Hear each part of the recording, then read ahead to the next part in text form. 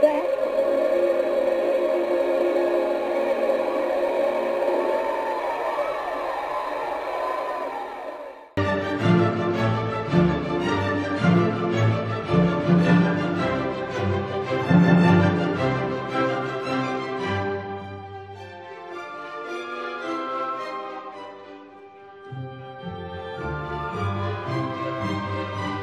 Real little shot for you. How you doing, sir? I'm doing this fine. That was a great meeting this evening.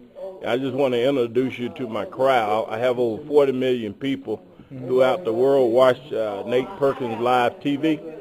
And I'd like you to tell me your name and what your Black Panther Party is all about. I'm Minister Najee Shabazz Shaka Muhammad. I'm the National Field Marshal of the new Black Panther Party for Self-Defense. Yes, sir. And we're located here in Atlanta, Georgia, and how Atlanta fits into your program, sir? Atlanta, Georgia, we are in 44 chapters inside the United States. We're in Ghana, South America. We're in London, England, Frankfurt, Germany, Paris, Spain, Paris, France, Zimbabwe, Burkina Faso, Gambia, West Africa, one of the fastest growing chapters on the continent of Africa. And I see you have a lot of people here tonight. It seems like they came all over Atlanta. More than this. Okay. Well, you have a very large crowd tonight, and I think everybody's happy with your briefing, and I think that you're going to get a lot of people join tonight. Yeah. You know, everybody's heart that comes here, their heart's in the right place and the spirit in the right place, because we are suffering from a serious crisis among us as a people. Do you have a website, sir, or www.newblackpanther.com? Okay. How about? Hello, sir. How are you? Fine, sir. May I interview you? Yes, sir. Yes, sir. What's your name, sir? Donald Grant. Donald Grant, and you're here at the new Black Panther Party meeting? Yes, sir. Okay. And you having a nice time? Having a great time. Okay, very good, sir. Are you watching? What TV are you watching? You watching Nate Perkins TV Live? Yes, sir. Nate Perkins TV Live. All right. Thank you, sir. When you pass the word to the community, everybody start participating, then you get the effect you want. Not only will it grow, it'll go to the United States. Right. That's right. That's right. And you just start one place. Stuff. I had some stuff already. I can get them in post. Black This is hard. That's what you understand today. And anytime a black man stands up and talks bold,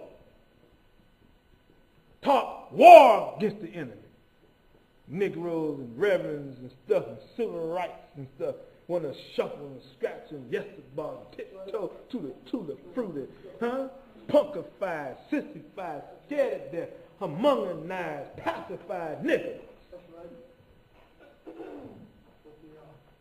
I ain't afraid of dying. Tony Malik read my court minute, 3 black books up. And the 3rd book talks about the shooting.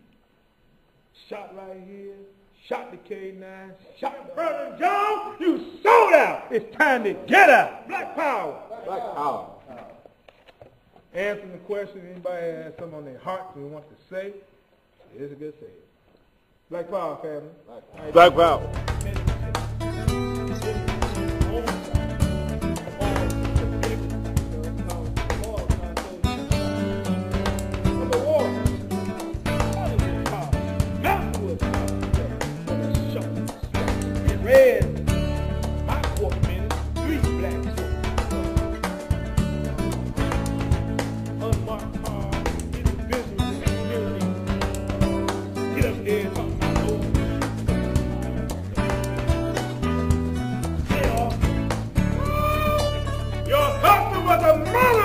People,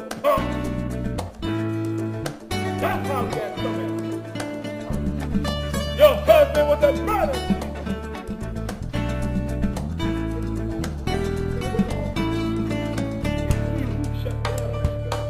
You know what I did? Old woman, she gave me box nails and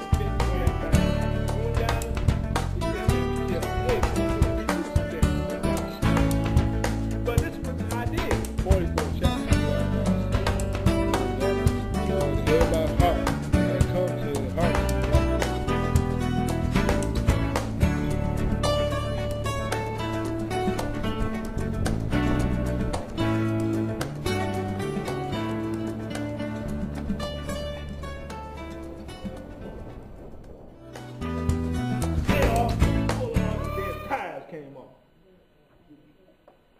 nothing to be played with. You got individuals in the community get up there talking about the OGs and other crazy stuff. Crazy as hell, like this is some game. Like he ready to start war with the community. Tony Malik did not like that. Nigga was spying on me day one, see me in the street pushing flyers and stuff in the West End. Some of y'all may know what the hell I'm talking about. He better watch himself. This is serious, man. Oil, cookie, black tan, bootlicking, punkified nigga. And what the hell, how they gonna act when black men bust out with shotguns and AKs on their ass? What's up, punk? Get out of our damn community with that mess. I'm talking about some straight cobra action. Put them black masks and ski masks on, beating them bushes. I seen them complexes up there in the Cal County and stuff. All them bushes and brothers are set up, yeah, walkie-talkie. They driving through. Coming through. Brothers hitting, trying to jump down certain hills. When they get close in the car, turn around and start open fire on these bastards. Then all of a sudden, it'd be a balance. When police start going down like we've been going down, it'd be a balance. The police community. Oh, they killed my husband. He was a great cop. He was on for 10 years. Your husband was a murderer of our people, punk. That's how we got to come at them. Your husband was a murderer. And they look around. How much you paying for that? $40. How much you doing getting your feet and all that stuff now? $65. You crazy? I go in these shops and do that on purpose. Who's your boss? What's your name? What's your uncle? In Cleveland, we were shut down now. Foxy Nails, not there. Beauty supplies, not there. I can take you to Cleveland. We'll go one day and show you on you that whole strip. And only one there is Asa, and his mom runs a clothing store. The Muslim. One thing. The old wig shop, the old Korean woman, she gone. You know what I did? Attorney Malik will tell you. Each one of them stores, the food market, the beauty supply gave $100 every month. The wig shop, I had made the old woman, she gave her $35. Foxy Nails gave $50. Beauty supplies gave her $50. And when Malik came to town November 9th, 2002, me and Balagoon went down the street because we was a little late. It was like on the 5th during that time. We went down the street, came back. This is what we're doing, sir. He looked at his stuff. Oh, shit. And that's when he laughed about it. He said, man, be careful. Hey, man, they're going to get you some damn extortion. But this is what I did. Represents the murders of our people in the black community. Brother John, you sold out. It's time to get out.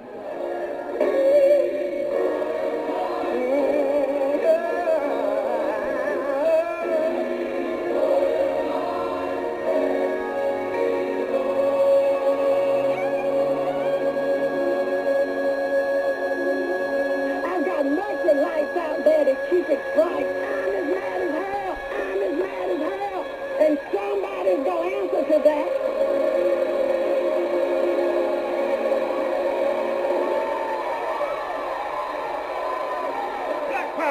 Black power. Answering the question, anybody has something on their heart they want to say, here's a good say. Black power, family. Black power.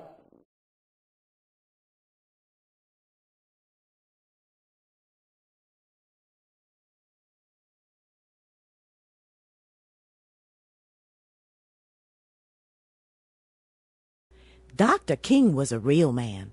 You know he was a Republican. Dr. King? A Republican? Really?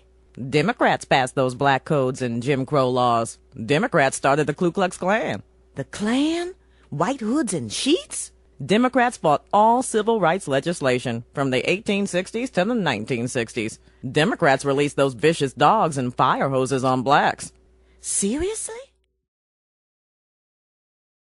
And the Dixiecrats remained Democrats and vowed to vote for a yellow dog before a Republican. Republicans freed us from slavery and put our right to vote in the Constitution. What? Republicans started the NAACP, affirmative action, and the HBCUs. Democrats have bamboozled blacks. Democrats blocked the minimum wage passed by the Republicans. Over $200 billion have been spent on education, health care, and job training since President Bush took office. So Democrats want to keep us poor and voting only Democrat. Democrats want us to accept same-sex marriages, teen abortions without a parent's consent, and suing the Boy Scouts for saying God in their pledge. We need to think and vote our own values. Exactly. Democrats have talked the talk, but Republicans have walked the walk. I hear you, girl. It's time for us to do the walk.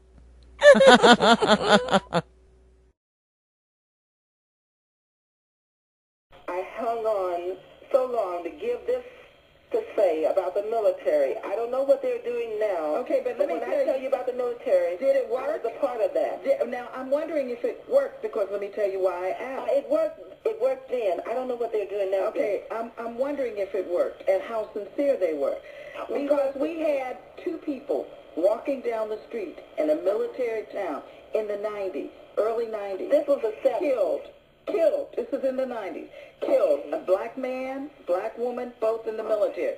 In the military, another branch. But Sam, that's true. But here's the first of all, I want to thank. We were trying. See, I was a I want to part thank you of for the it. comment, but I think we need to look at part of what's difficult is in this kind of situation is that it is hard to acknowledge significant shifts of a big thing when a whole bunch of stuff ain't shifted. So the example you just mentioned, Bev, of course that's true. And of course, people still get essentially lynched. That happens. But what she's talking about is why... I have to interfere. We have to start at a small... You both are saying the same thing. Mickey, he's agreeing with you. I'm agreeing with you. Listen to what he's saying. He's What we agreeing know with you. is that, first of all, I want to acknowledge that the military is widely regarded by people who study race relations not as some incredible example of nirvana, but as historically over the last 50 years, a forward-thinking institution which made progress. Why did it make progress? Because one of the things it did was change the norms in our society, at least in that institution. Because of Harry Truman changing the way it was going down. Right. But what I'm trying to lay out is the fact that if we're going to make progress on race relations, we have to establish norms from leadership that the level of discrimination and inequity is those But norms. we had different levels of leadership in that. You're both we saying had the different same levels thing. of that Right. leadership. I'm agreeing with you. He's Listen, what agreeing I'm with saying you, is, Mickey. One, you got to fight it at a level of human to human contact. That's important. You also have to establish norms from leaders that certain ways of looking at things are important, but you have to do more than that. You have to actually have people see something closer to equality. And if you don't do all three of those things, you're not going to move institutions forward. But when I'm trying to help institutions, corporations, companies, whatever, I try to remind people that we have to have a holistic view of what it means to make progress. Diversity dinners are not going to do it. Hey, that's my point. But here's what he's saying, Mickey. I'm the one who is the but person. But what about? He's saying, in essence, what you say. That let me just deal with the Marines because I was their sweetheart for many times down in Jacksonville, Florida.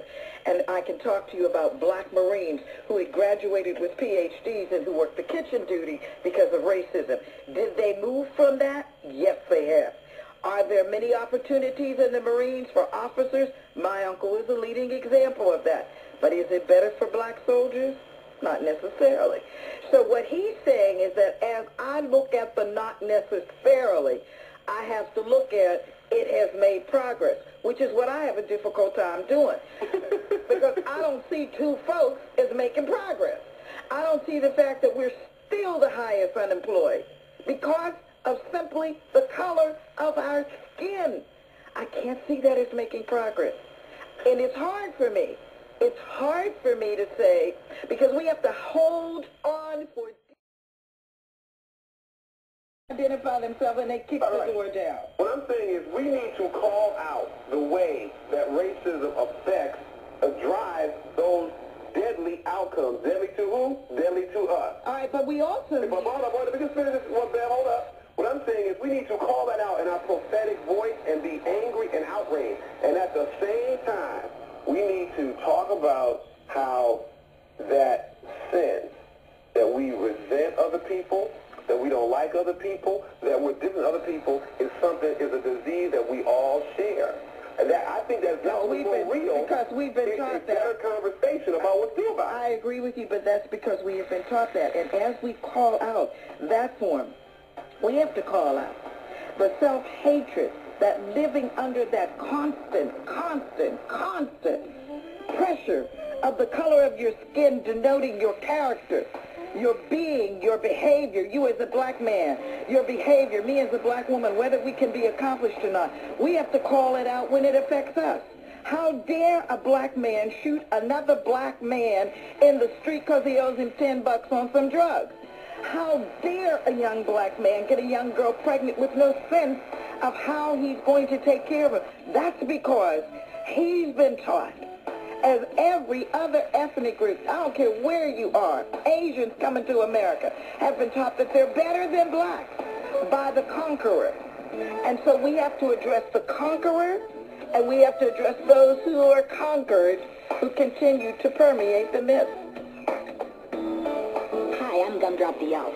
Us guys up north want to remind you of just how the gift buying process works. If you're buying for someone nice, go to your nearby Radio Shack and get them something like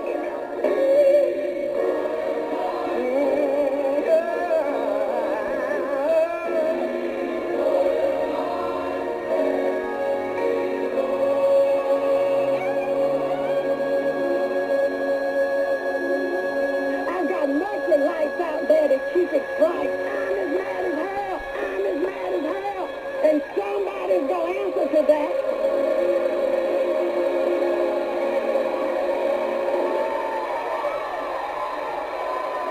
Has there ever been a study of how the subject of economics applies to Internet global situations? There's so much to consider, like Internet engines crisis, economic growth in the digital world, Internet ads cutting, the shift from capitalism to freedom and democracy to neoconservatism, and how environmental issues like global warming affect the new economy.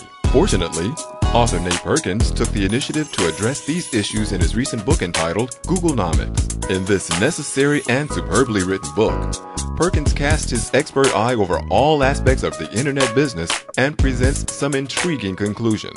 Marcia Yvette Parker Esquire writes, Nate Perkins, the author of Googlenomics, is the most internet progressive political thinker of the 21st century.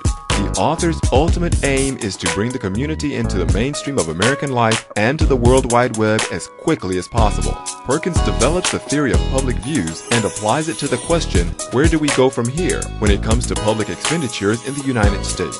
He is the host of the controversial Nate Perkins Live television show, which airs on the People TV network in Atlanta, Georgia, and the author of other must-reads including Coretta Scott King, In Remembrance Of, and the Nate Perkins Live DVD and book. Visit www.googlenomics.com and purchase your copy today, or order by phone. Call toll-free 1-888-232-4444.